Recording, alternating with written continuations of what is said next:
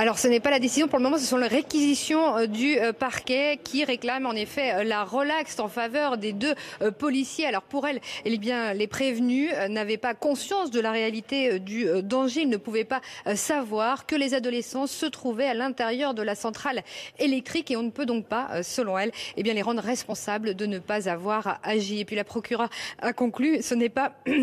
Pardon, on n'apaise pas un drame en créant une nouvelle injustice, c'est un dialogue de sourds, a réagi l'avocat des familles de Zied et Bouna. Il rappelle que c'est la 5e fois que le ministère public réclame une décision en ce sens. Lui a demandé ce matin bien, que le président du tribunal correctionnel condamne et réconcilie. Pour lui, l'infraction de non-assistance à personne en danger est caractérisée. Maître Mignard qui a également dit que tout le monde a le droit à la justice, même à Clichy-sous-Bois.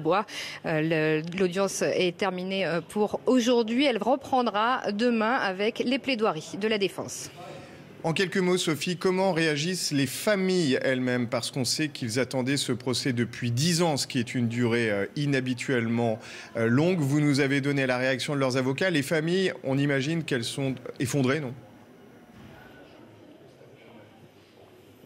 Mais effectivement, c'est ce qu'elles nous ont dit tout à l'heure au micro. Elles sont déçues des réquisitions de parquet, mais en même temps, elles s'y attendaient, puisque encore une fois, la procédure a duré 10 ans et au cours de cette décennie, à 5 reprises déjà, le ministère public avait dit qu'il fallait requérir, donc à l'époque, au moment de la procédure, le non-lieu en faveur de ces deux policiers. Ce n'est donc pas surprenant que le procureur requiert cette fois-ci une relaxe, mais les familles se disent très confiantes. Ce matin, leurs avocats ont plaidé pendant près de 3h30, notamment Maître Torgman a revenu longuement sur toute l'enquête, sur les enregistrements des communications radio de la police et il a fait une longue démonstration pour prouver que pour lui, les policiers doivent être condamnés pour non-assistance à personne en danger. Mais bien sûr, c'est au tribunal correctionnel de Rennes qu'il revient de prendre cette décision.